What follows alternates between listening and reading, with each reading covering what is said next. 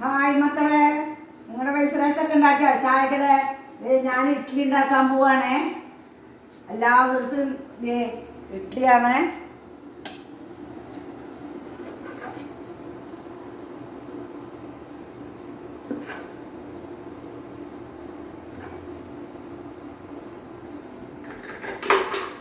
ഇതാ ഇഡ്ഡലി ഉണ്ടാക്കുന്ന കുറച്ച് പേര് ഇഡ്ഡലിക്കാര്, കുറച്ച് പേര് ദോശക്കാര്. ഇനി കുറച്ച് ദോശ ഉണ്ടാക്കണം, കുറച്ച് ഇഡ്ഡലി ഉണ്ടാക്കണം.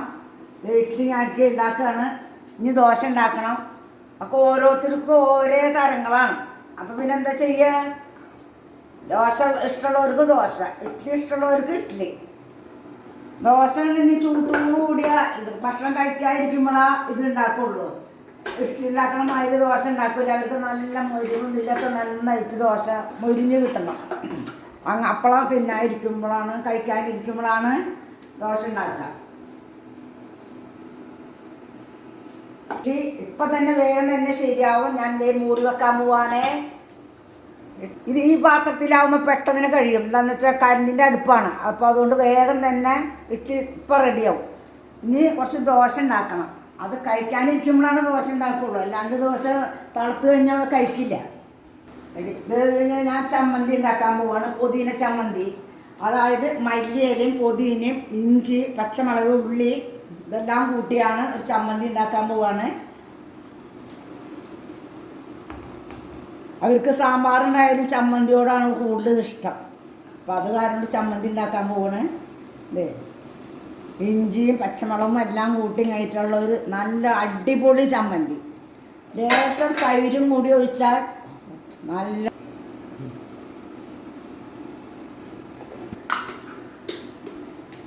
അതെ. ലേശം ഉപ്പും കൂടി ഇടാൻ വേണം. ഉപ്പ് കഴിക്കരുത്, മൂടിക്കഴിഞ്ഞാൽ പിന്നെ തൂരം കളയാൻ പറ്റുള്ളൂ. പിന്നെ ചമ്മന്തി റെഡിയാക്കാൻ പോവാണ്.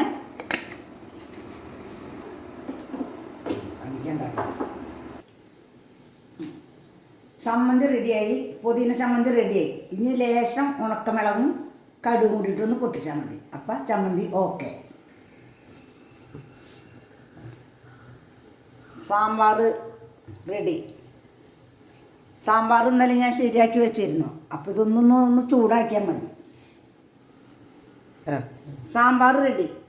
സാമ്പാർ ഇന്നലെ തന്നെ ഞാൻ ശരിയാക്കി വെച്ചിരുന്നു. ഞാൻ ഒന്ന് ചെറിയൊരു ചൂടാക്കിയാൽ മതി.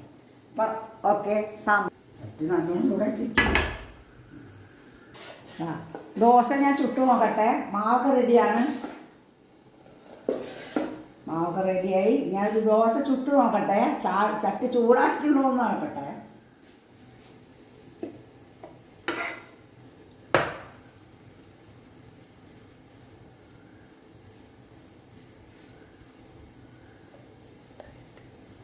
ഇങ്ങനെ കിടക്കട്ടെ തീർന്നോ? ശരിയായി.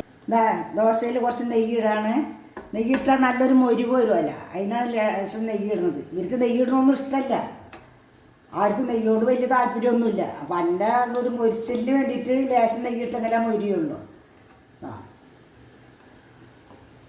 ദോശ റെഡിയായി.